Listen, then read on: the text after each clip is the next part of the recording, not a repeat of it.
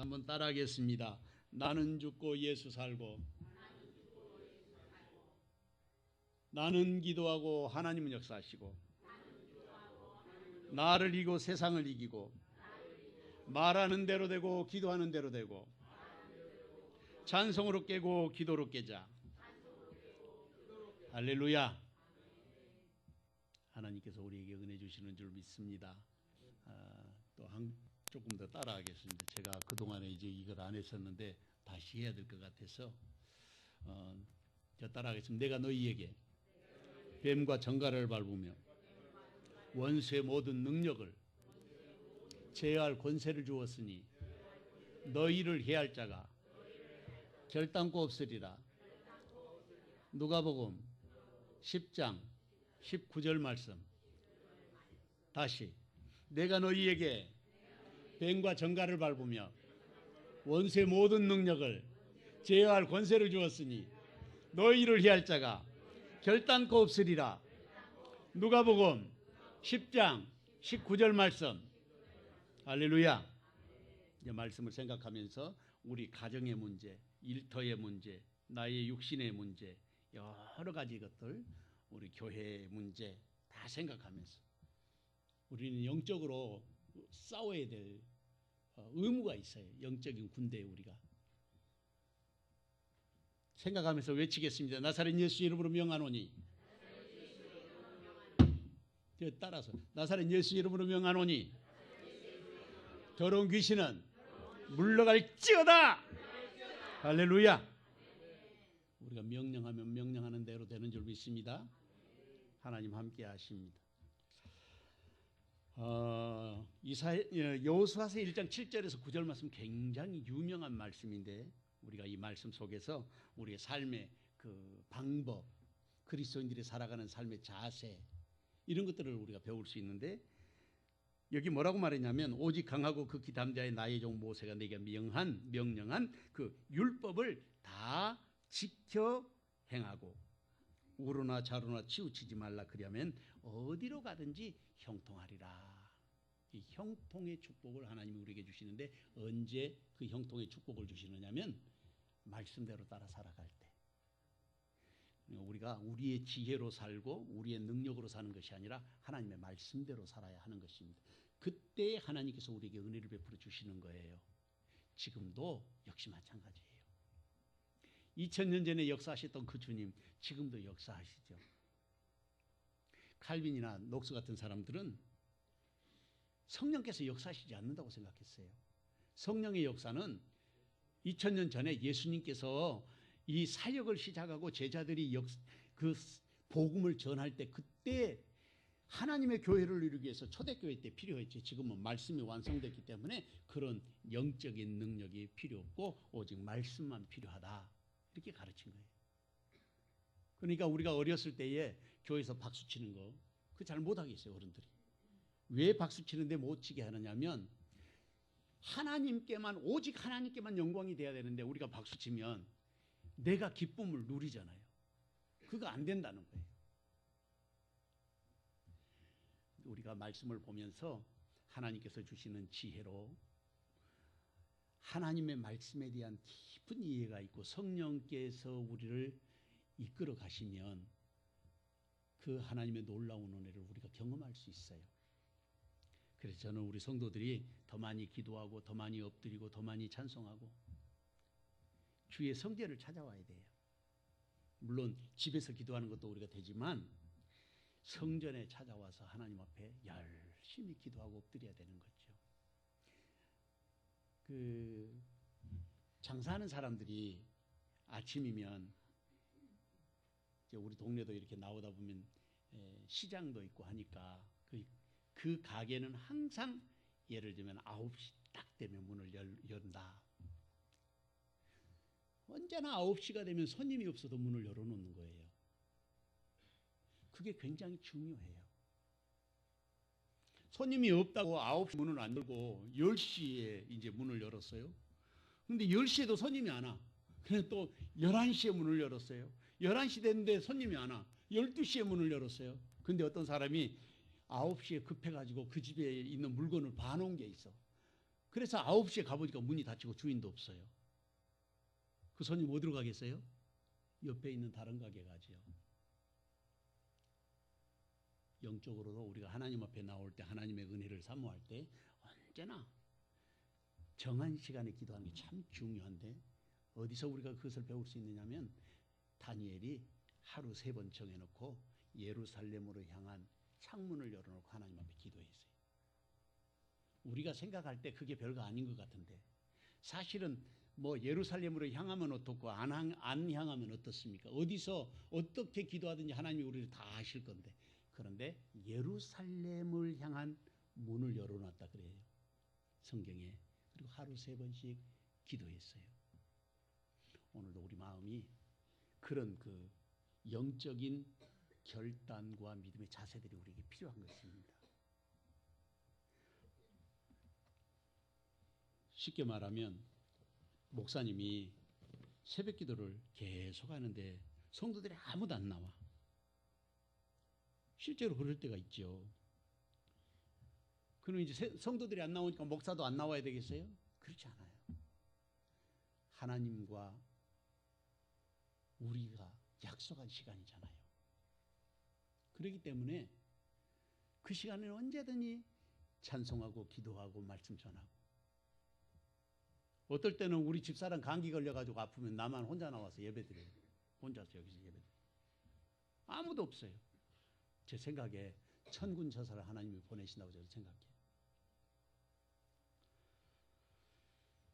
우리가 기도하는 것도 하나님 앞에 정한 시간에 열심히 자신을 드리는 것이 굉장히 중요합니다. 그 별거 아닌 것 같은데도 하나님이 그것을 다 아시고 우리에게 은혜를 베풀어 주시는 거예요. 지난 시간에 이제 제가 계속해서 우리 재직 세미나 겸해서 예배드리는 자세, 뭐 이런 것들을 말씀을 드렸습니다. 예전에는 안 그랬는데 요즘에는 겨울철이어서 그런지 우리 여기 공기가 너무 건조해가지고 제가 말을 하면 막 입 안에까지 이렇게 말라요. 그래도 제가 일부러 물을 안 마시고, 하나님의 성전이니까 내가 이걸 마시는 그 마시는 순간에 우리 성도들의 눈길이 다 여기로 와요. 그래서 제가 그걸 안 하는 거예요. 제가 들으니까 목사님이 뭐 물도 안 마시는데 여기에 뭐 하려고 떠놓냐 이거. 응? 그런 이야기를 제가 들었어요. 반드시 떠다 놓으시기 바랍니다. 대답을 안 하죠. 떠다 놓으세요. 왜냐하면 안 볼 때라도 제가 마셔야 되는 게, 어떨 때는 이게 꼭 필요할 때가 있어요. 그러니까 물을 떠다 놓을 때도 있어야 되고, 그리고 이제 제가 우리 그 집회하잖아요. 금요일 날 같은 때는 이 물만 있어야 되는 게 아니고 여기에 이게 그 물 적신 수건도 필요해요. 땀 흘리니까. 그러니까 그런 것들도 예배할 때 우리에게 필요하다 하는 걸 알아야 돼요.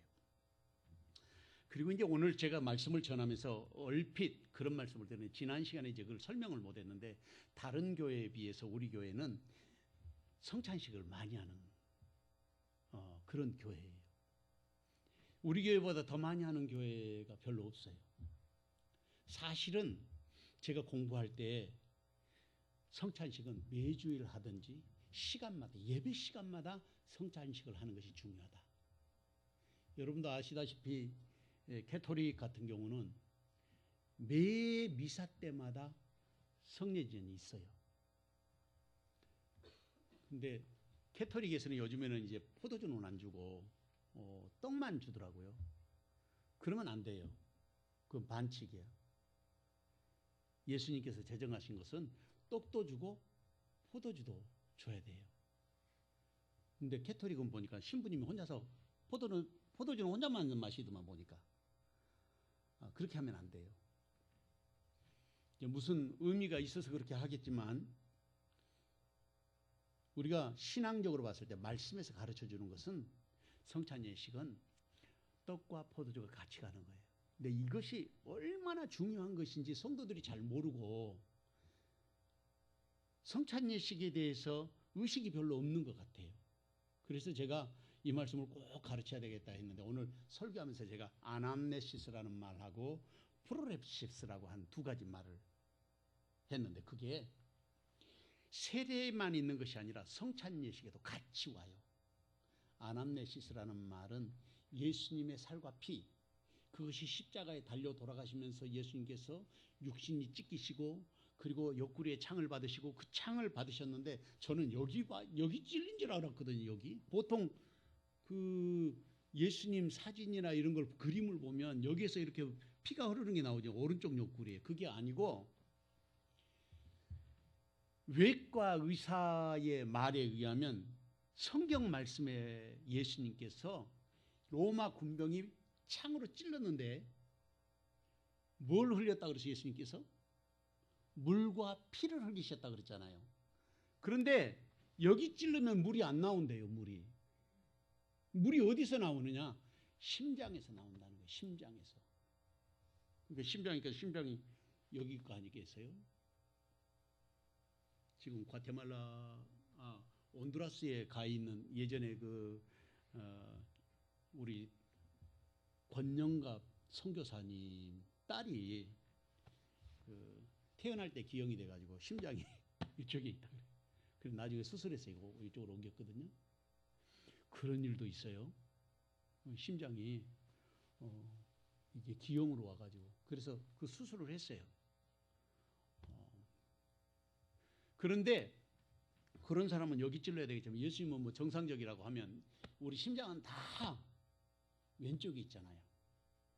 로마 군병이 창으로 예수님을 찌를 때 심장까지 그러니까 염통을 찔러야 거기서 물과 피가 쏟아진답니다. 제가 한 말이 아니고 지난 그 겨울에 11월 달인가 영등포 교회 그 외과 의사가 있는데 그 외과 의사 그 집사님이 그 이야기를 해주더랍니다. 심장을 찔러야 물과 피가 나온대요.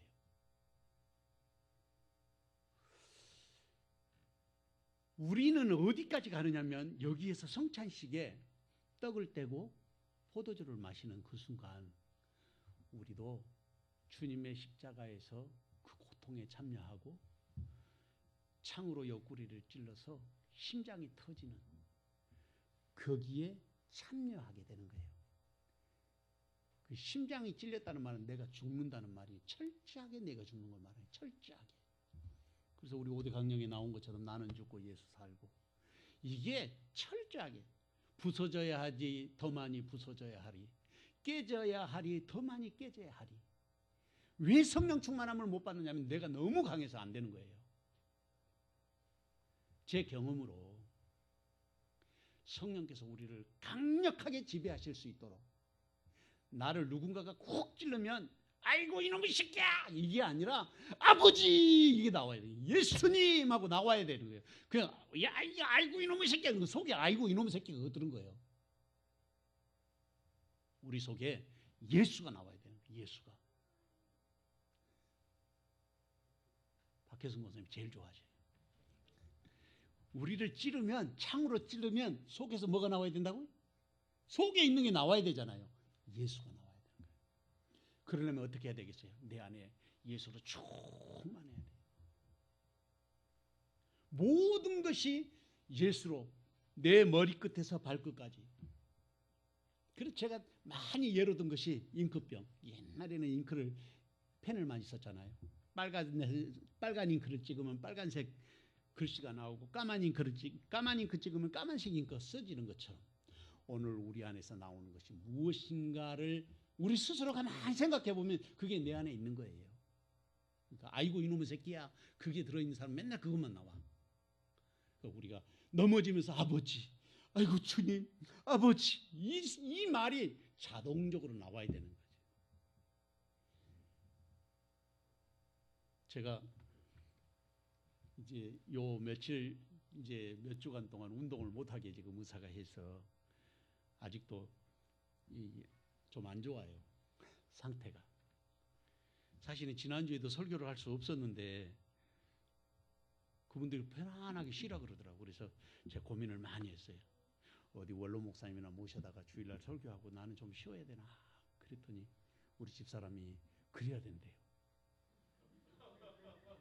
그래서 내가 순종하려다가 내가 순종을 못했어요.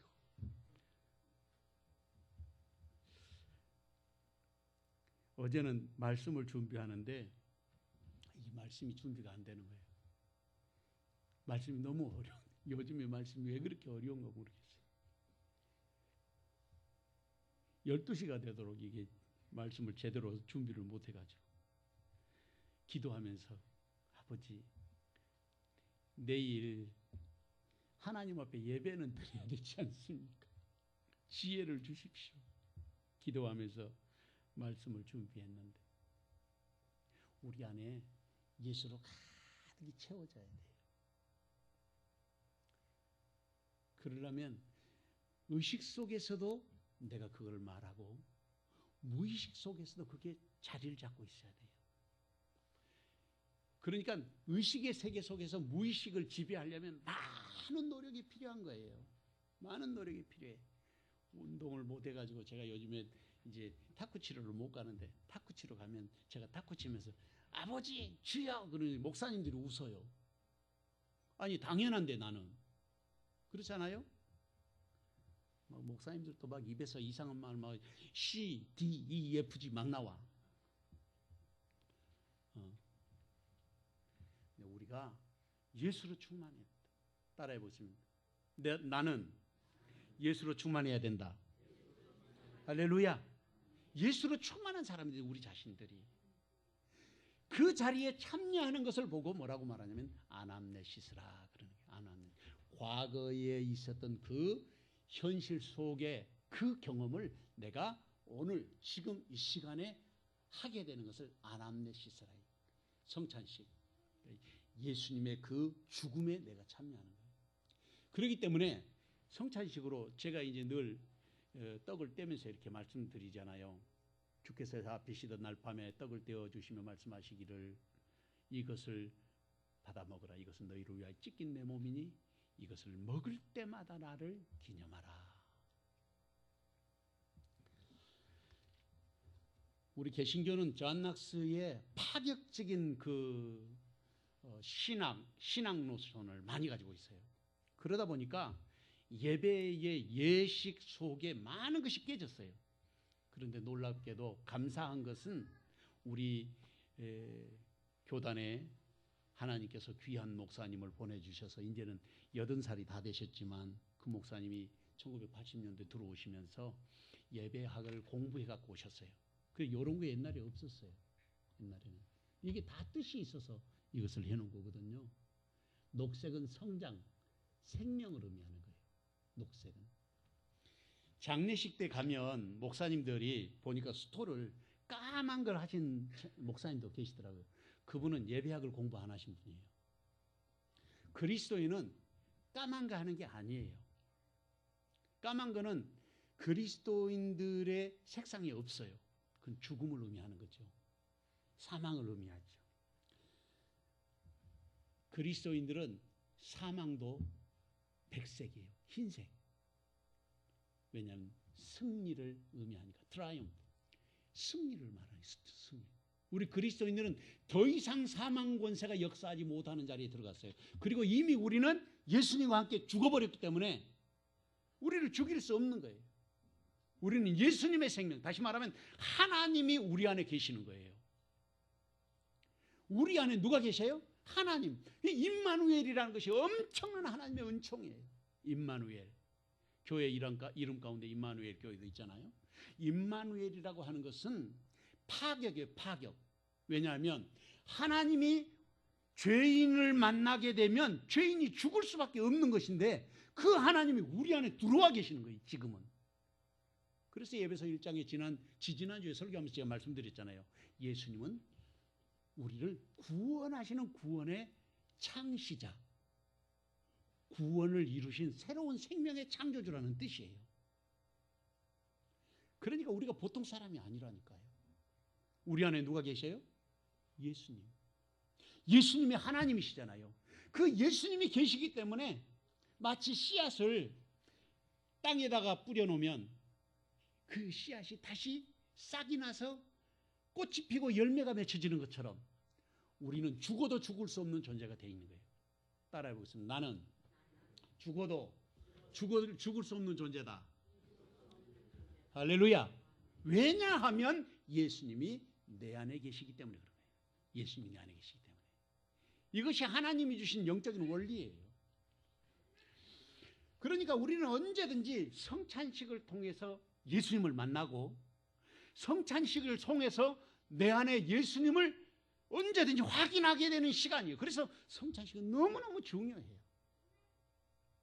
예배를 드리는 것도 우리가 하나님을 만나는 것이지만 이 성찬식, 설교를 존 락슨은 굉장히 중요하게 여겨서 개신교는 목사님들이 설교를 잘하고 은혜롭게 해야 이게 우리가 최고인 것처럼 여기는데 캐토릭 신부님들 설교하는 거 들어보세요. 강론 시간에 들어봐요. 얼마나 졸린가. 말도 어쩌면 그렇게 골라서 못하는 거 몰라요. 재미없게 해요. 근데 거기는 가면은 그 분위기가 영적인 분위기예요. 거룩한 그런 분위기가 살아나잖아요. 그리고 늘 성찬 예식을 해요. 오늘 우리 그리스도인들에게 있어서 우리 장로교 또 개신교는 그런 그 좋은 예배의 의식 자체를 상실해 버려서 우리가. 그래서 우리 예배 순서를 보시면 제가 지난주에 이제 자세하게 설명했습니다만은 예배로 부름, 기원, 성시교도, 참회기도, 사함의 확신, 우리 주기도문에 그 나와 있는 순서처럼 그렇게 해서 예배 전체가 이 구조를 정확하게 예수님이 가르쳐 주신 기도와 함께 흐르고 있다. 정신이. 그것을 제가 말씀을 드린 거예요. 근데 이제 그 속에 성찬 예식이 없기 때문에 오늘은 이제 성찬 예식에 대해서 우리가 의식을 가지고 성찬 예식이라는 게 어떤 것인가? 바로 내가 죽고 내 안에 예수님이 사시는 것을 확인하고 그리고 거기에 또 한 가지 사실이 있는데 예수님께서 오늘 너희가 먹는 이 떡은 아버지의 나라에서 다시 먹을 때까지 먹을 수 없을 것이라고 예수님 그러셨잖아요. 천국 잔치를 말하는 거예요. 그거는 천국 잔치. 그러니까 미래의 먼 미래. 아직도 우리는 하나님이 우리를 다스리기 때문에 여기가 하나님의 나라라고 하는 의미를 갖고는 있지만 우리가 세상에 살고 있잖아요. 아직도 내가 먹어야 살고 입어야 살고 세상에서 노동을 하고 곡식을 거둬들여야 우리가 살 수 있는 세상을 우리 살고 있는 것이거든요. 근데 이것 말고 이 세상 그 저 너머에 있는 영원한 약속의 나라가 있다 그 말이죠. 그것을 우리는 성경 용어로는 천국이라 그렇게 말하는 거예요. 바실레우 데오 하나님의 나라라는 거예요. 킹덤 오브 갓. 그러니까 그 하나님의 나라의 영원한 하나님의 나라는 어떤 것인가? 제가 고민하면서 깨달은 것이 있다 그랬잖아요. 하나님의 나라는 우리가 생각하는 것처럼 어떤 사람은 예배 드리는데 늘 그렇게 찬송만 하고 지루한 예배 같으면 난 절대로 교회 안 나, 아니 천국에 안 가고 싶다 이렇게 말하는 사람들이 있거든요. 그 사람들은 천국도 잘 모르고 예배에 대한 이해도 잘 몰라서 하는 소리예요. 천국은 어떤 곳인가? 그건 샬롬의 나라예요. 샬롬의 나라. 샬롬. 그 샬롬이라고 하는 것은 어떤 곳이냐? 부족함이 없는 곳, 만족함이 있는 곳이에요. 근데 그 부족함이 없는 완전한 만족함이 있는데 그 완전한 만족이라 그러면 재미없을 거 아니냐 이거죠. 그게 아니라 샬롬의 뜻을 제가 이해하게 됐는데 이스라엘에 유학 갔다 온 어느 박사가 그런 이야기를 샬롬이 뭐냐?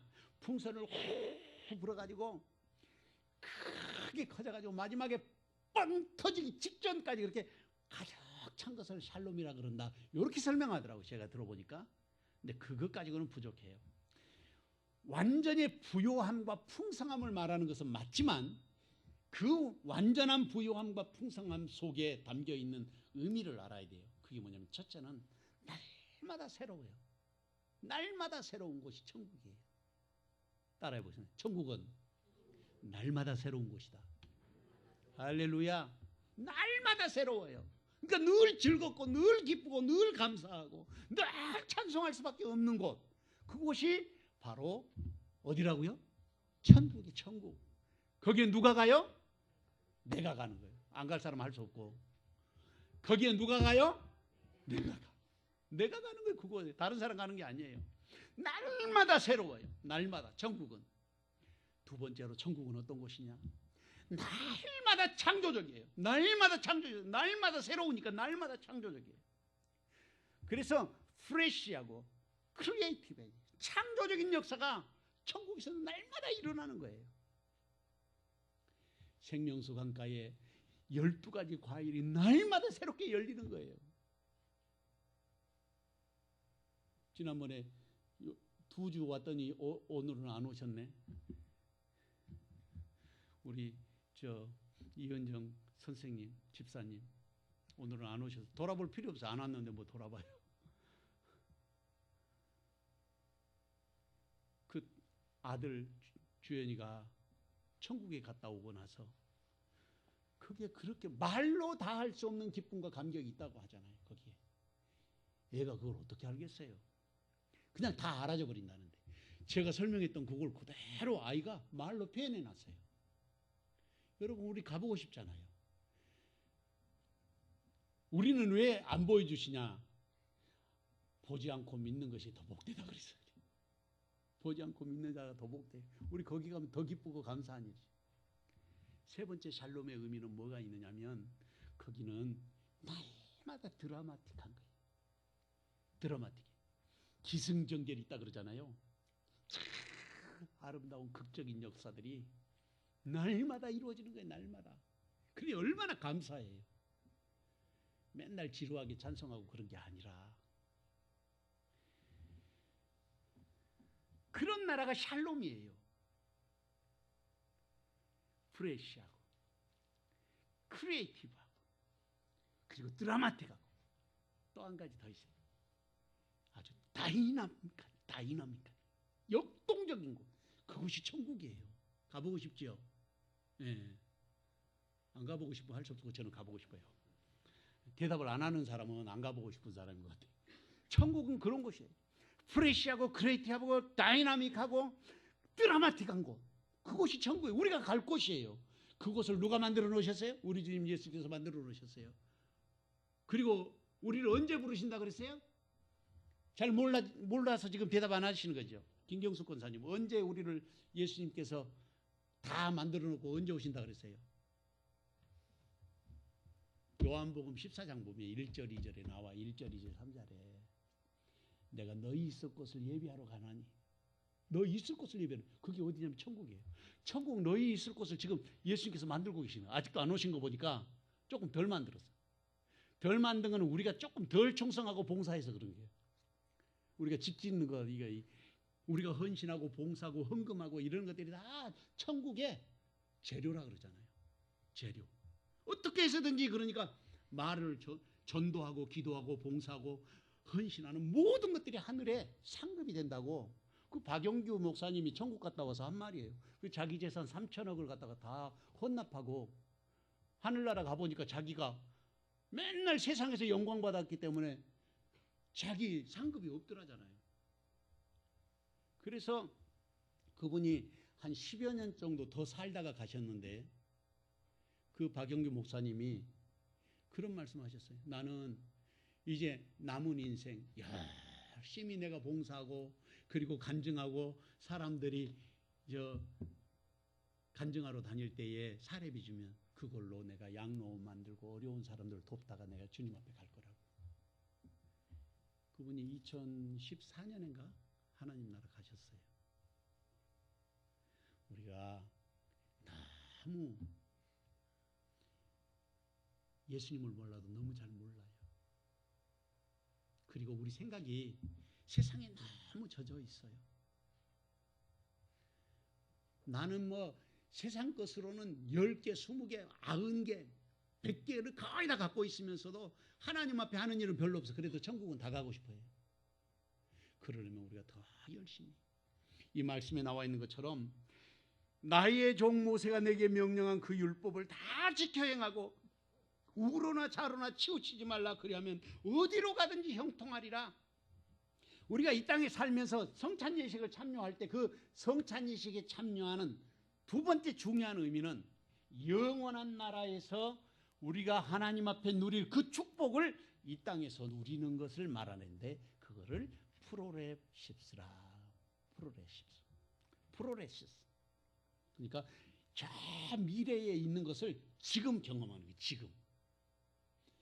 그러니까 우리의 찬송하는 것, 그리고 우리가 봉사하는 것, 우리가 헌신하는 것, 이 모든 것이 하늘나라에서 해야 될 영적인 우리의 삶의 작은 과정인데, 여기서 연습하는 거예요. 찬송도 연습하고 기도도 연습하고 하나님 앞에 봉사하는 모든 것들을 여기서 연습해가지고 하나님의 나라에 완성된 그리스도인으로 가기 위해서 우리가 훈련하는데, 그것을 성경에서 뭐라고 말하냐? 그리스도의 장성한 분량에 이르도록 우리가 자라야 된다는 거예요. 어디까지 자라요?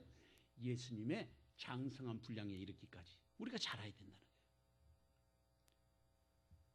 사람들은 세상에 살면서 하늘나라는 가가지고, 제가 어떤 분하고 대화를 해보니까 그러죠. 하나님의 나라에 갔을 때 다 상급이 다르면 불공평하지 않느냐. 불공평하지. 하늘나라 가가지고 다 다르면. 천만의 말씀이에요. 구원에 대한 것은 다 공평하게 주시는 거지요. 큰 그릇은 큰 그릇대로, 작은 그릇은 작은 그릇대로 쓸 때가 있는 것처럼, 아니 그리고 그것에 채워지는 양이 있는 것처럼 우리의 영적인 용량에 따라서 하나님의 나라의 상급도 달라지는 거예요. 그런데 지난 시간에 제가 말씀드렸던 것처럼 우리의 영적인 용량은 정해진 것이 아니라 놀랍고도 감사하게 우리가 그 용량을 키울 수 있다는 사실이에요. 기도의 분량도 많이 가질 수 있고, 봉사의 분량도 더 많이 할 수 있고, 예배의 분량도 더 많이 하나님 앞에 드릴 수 있다고 하는 이 영적인 영역을 넓히고 키워갈 수 있다고 하는 사실을 우리는 알아야 돼요. 스스로 그것을 엎어놓으니까 영적으로 나의 영적인 주머니가 자라지가 않는 거예요. 그대로 있는 거죠. 그래서 이 성찬 예식에 참여할 때는 우리 성도들이 더 경건하게, 정말 더 거룩하게 그렇게 참여해야 될 필요가 있어요. 성찬에 대한 해석이 4가지 정도 있는데, 첫째는 캐톨릭에서 하고 있는 화채설이에요. 떡을 가지고 신부님이 아까 제가 말한 것처럼 이것은 너희를 위하여 찢긴 내 몸이니 이것을 받아 먹으라. 이것을 먹을 때마다 나를 기념하라. 그리고 이제 축도하고 기도하잖아요. 그러면 이 떡이 진짜 예수님의 살이 된다는 거예요. 그것을 화채설이라 그래요. 화채설. 그런데 진짜 예수님의 피가 되는 건, 살이 되고 피가 되는 건 아닌 것 같아. 그러나 거기에 두 번째 성찬에 대한 해석이 있어요. 그 뭐냐면, 두 번째는 임재설이 있어요. 기도하는 그 순간에 성령께서 임재하셔서 예수님께서 그 떡이 영적으로 주님의 살이 되고 영적으로 그 포도가 주님을 취한다는 임재설이 있어요. 세 번째, 이건 존 낙서가 한 거예요. 그 기념설이에요. 예수님이 성경에 말씀하신 고린도전서 10장 말씀에서 말씀하신 것처럼 성찬 제정하시는 거기에 그렇게 말씀하고 있잖아요. 이 떡을 먹을 때마다 나를 예수님이 기념하라 그러셨거든요. 그래서 그건 단순하게 기념하는 것이다 이렇게 생각하는 거예요. 그 세 가지. 여러분 어떤 게 제일 좋아요? 제가 배울 때 정장보 교수님이 그렇게 말했어요. 어떤 것이든지 간에 가장 은혜스러운 대로 취하면 된다. 가장 은혜스럽게 주님 앞에 나를 드리고 내가 주님 몸에 참여한다고 하는 그런 이론이라면 어떤 것이든지 상관이 없다. 화채설이든지 임재설이든지 기념설이든지. 설이라는 말은 이론이라는 뜻이에요. 완전한 것은 아니에요. 완전한 것이 올 때는 그림자는 다 사라지잖아요. 완전한 것이 오면. 화채설이고 임재설이고 기념설이고 다 필요 없어요. 주님 만나는 그 순간 다 끝나는 거죠. 그러나 이 땅에 사는 동안에 우리 인간이 한계에 매여 있잖아요. 육신의 한계에 우리가 갇혀 있기 때문에 시간의 한계, 물질의 한계, 이 영역에 갇혀 살아가고 있단 말이죠. 유일하게 우리 3차원의 세계를 넘어설 수 있는 게 있는데 그게 뭐냐면 우리의 정신의 세계와 영적인 세계인 거예요. 그래서 우리가 기도하는 것은 우리의 육신적인 한계를 넘어서는 거죠. 지난주에도 그 동해교회 목사님이 아마 포항에 그 세미나 가신 것 같아요. 자기 교회 식구들 다 데리고 이제 다 데리고 간 거니 그 훈련하는 사람들 데리고 가가지고 두 날째 훈련하는데 거기에 이제 중학교 2학년짜리가 따라가는가 봐요. 엄마 따라서. 너무 열이 나고 아파가지고 점심시간에 점심 먹고 있는데 전화가 왔어요. 광 목사님 뭐하고 있어요? 밥 먹고 있어요. 지금 기도해 주면 안 될까요? 아, 기도해야 하면 되죠. 아니 목사님이 기도하면 되지 왜 전화를 서울로 전화까지 해가지고 나보고 기도해달라고 그러니. 아, 그래도 능력이 저기 기도 한 번만 해주면 나을 것 같아. 독감이 걸려가지고. 그래서 내가 그 자리에서 기도해서 우리 저 전도사님하고 권사님하고 계신데 전화로 내가 기도했어요. 포항에 있는데. 그리고 제가 바로 물었어요. 지금 어떤가 보라고. 그랬더니 2도가 내렸다나? 근데 2도가 내린 게 아니고 0.2도 정도 내렸다 그러는 것 같아요. 바로 이 제보고 하나님이 하시는 것은 사람이 생각하는 것과는 좀 다르지만 우리의 영적인 영역과 영적인 주머니를 키워야 될 필요가 있어요. 기도의 주머니, 봉사의 주머니, 헌신의 주머니, 예배의 주머니 이걸 다 키워야 될 필요가 있어요. 제가 이 말을 하는 것을 땅을 치고 후회하는 날이 올 때가 있어요. 주님 앞에 서는 그날. 그때 할 걸. 그때 충성할 걸. 봉사할 걸. 그런 우리의 고백이 자동적으로 나오게 하는 때가 조만간에 오게 될 것입니다. 세상 돌아가는 것을 봤을 때에 주님 오실 때가 다 됐다는 사실을 잊으면 안 돼요. 평안하다, 평안하다, 안전하다, 안전하다. 그때에 주님께서 도적까지 오신다고 성경은 그렇게 말하고 있어요. 그러니까 우리는 늘 준비하고 있어야 되는 거예요. 늘 준비하는 삶을 살아야 돼요. 누구를, 무엇을 준비해야 돼요? 주님 맞이할 준비. 따라해 보겠습니다. 우리는 늘 주님 맞을 준비하며 살아야 된다. 할렐루야. 그래서 성찬 예식은 아남네시스와 프로레시스, 영원한 하나님의 나라에서 우리가 누릴 그 은총을 여기에서 연습하는 것이 성찬 예식. 그래서 성찬 예식을 꼭 여러분들이 반드시 참여하되 늘 사모하는 마음으로 성찬식에 참여해야 돼요. 하나님의 말씀에 대한 것이 설교, 목사님의 설교, 이것은 말씀이 어떤 의미를 가지고 있는가를 해석해 가지고 성도들에게 하나님의 지금 하나님이 우리에게 말씀하신 것이 이런 것입니다 하고 전달하는데 그것을 설교라 그러죠. proclaim, 선포하는 말씀. 그래서 여기에다가 우리는 그 말씀 선포 이렇게 해놨어요. 설교 안 써놓고 말씀 선포라는 말은 무슨 뜻이냐? 하나님께서 내게 말씀하시는 시간이라는 거예요. 목사가 설교하는 것이 아니라 하나님께서 내게 말씀하시는 시간.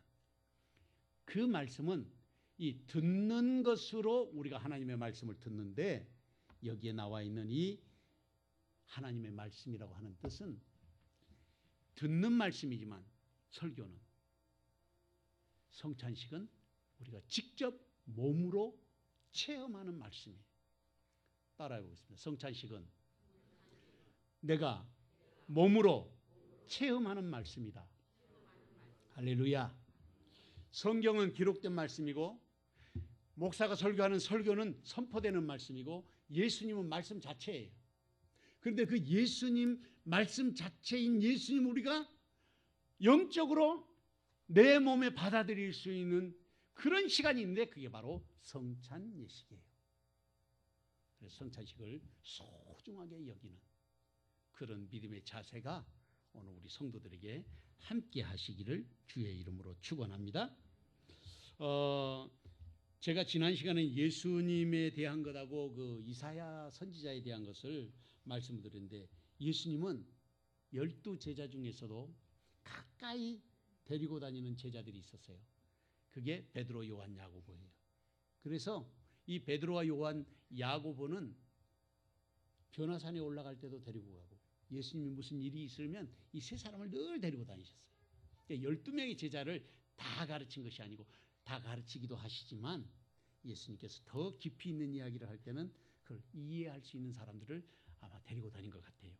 소수가 아주 친밀했고, 이사야의 그 리더십, 여기 이제 영적인 리더십에 대한 이야기를 지난 시간에 예수님하고 이사야에 대해서 이야기했는데, 이사야는 늘 자원하는 마음으로, 그 이사야는 그러니까 적극적이고 능동적인 선지자였다, 이렇게 말할 수 있어요. 적극적이었고 또 능동적인 그런 선지자였어요. 누가 시키지 않아도 일을 찾아서 다 했던 사람이에요. 그게 이사야 선지자예요. 그래서 이사야서 6장에 보면은 이사야의 눈이 열려졌어요. 저는 우리 성도들의 눈이 열려지기를 원합니다. 영적으로 열려져서 하나님의 뜻을 볼 수 있어야 돼요. 제가 이번에 아팠는데, 아프고 이제 그 시술을 받고 토요일 날 와가지고 요 3층에서 이제 제가 그 서재에 앉아서 설교 준비하려고 딱 있는데 너무 지치잖아요. 그래서 눈을 감았는데 이게 선명하게 보이는 거예요. 마귀가 나를 쳐다보고는 씩 웃고 있는 거죠. 많이 기도해 주시기 바랍니다. 하나님 도우셔요.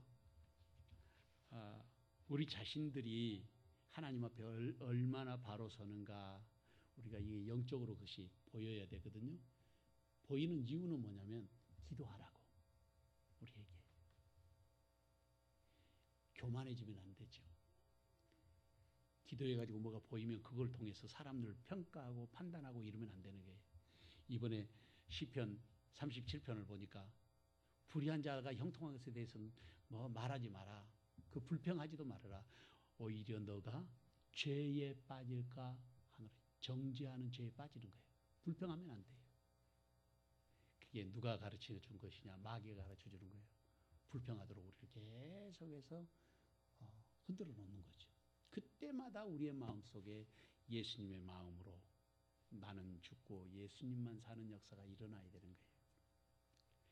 우리 노예 지금 다 문제가 해결이 됐는데 한 교회만 안 됐어요. 그래서 그 담임 목사님하고 제가 어제 통화하면서 그랬어요. 죽어야 된다. 뭐가 중요하냐? 다른 건 안 중요해요. 예수님만 중요해요.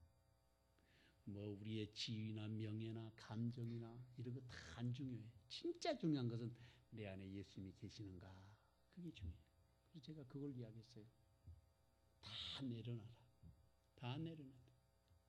결국 내려놓게 될 텐데, 이사야가 눈이 열려가지고 하늘 보좌를 보니까 거기에 천사들이 있는 거예요. 그 천사들이 어떤 천사는, 천사도 계급이 있어요.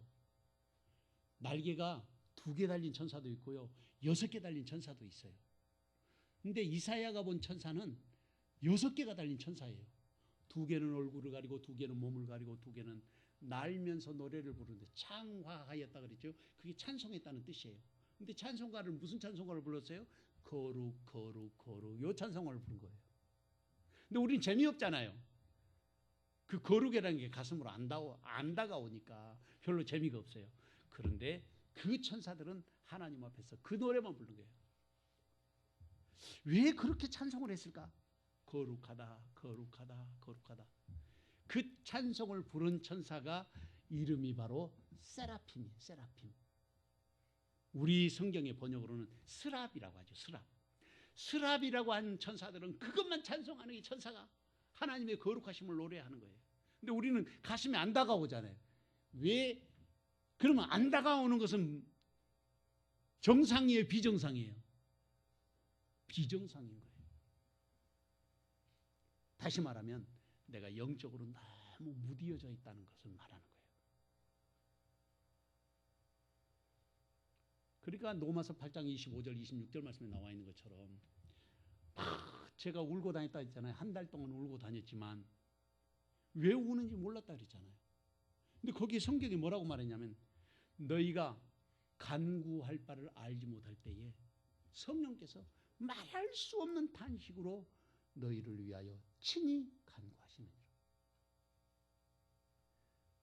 우리의 영적인 그 무디어진 우리의 영성, 아니 너무나도 딱딱해진 우리의 영성 깨야 돼요. 날마다 나를 사로잡아 그리스도께 복종하고 날마다 주님 앞에 나를 들여서 주님이 나를 받으실 수 있도록, 그것이 중요한 거예요. 눈이 열려져서 보니까 이 세라핌이 찬양을 하는데 거룩하다 거룩하다 거룩하다 찬양하는데 그 순간에 자기가 발견된 거예요. 이사야가 뭐라 그랬어요? 화로다 나여 죽게 되었도다. 왜냐하면 하나님을 봐버렸으니까. 우리는 어떤 사람들이에요? 하나님 우리 안에 계시잖아요. 임마누엘의 사람이에요. 할렐루야. 우리는 임마누엘의 사람이 지금은. 근데 이사야는 그게 안 되는 거죠. 예수님을 믿는 우리에게 있어서는 예수님 우리 안에 계시니까 하나님이 우리 안에 계시는 거예요. 그런데 그 하나님이 나에게 역사하시도록 내가 날마다 민감하게 반응할 수 있는 영적인 준비들이 돼야 되는 거예요. 그게 우리의 기도를 통해서 그리고 우리가 말씀을 통해서 이루어지는 거예요. 오늘 아침에도 7시에 교회에 와가지고 올라가가지고 제가 성경 말씀 69절 읽고 또 그 1대1 제자훈련 27개인가 그거 읽고 또 우리 5대 강령하고 그다음에 5 확신 그거 10개 또 읽고 69절 읽는데 딱 10분 걸려요. 자꾸 하니까. 우리 성도들이 읽으면 한 18분에서 20분 걸릴 거거든요. 날마다 읽어야 돼요. 안 외워져도 상관없어요. 괜찮아요. 길내는 게 중요해요.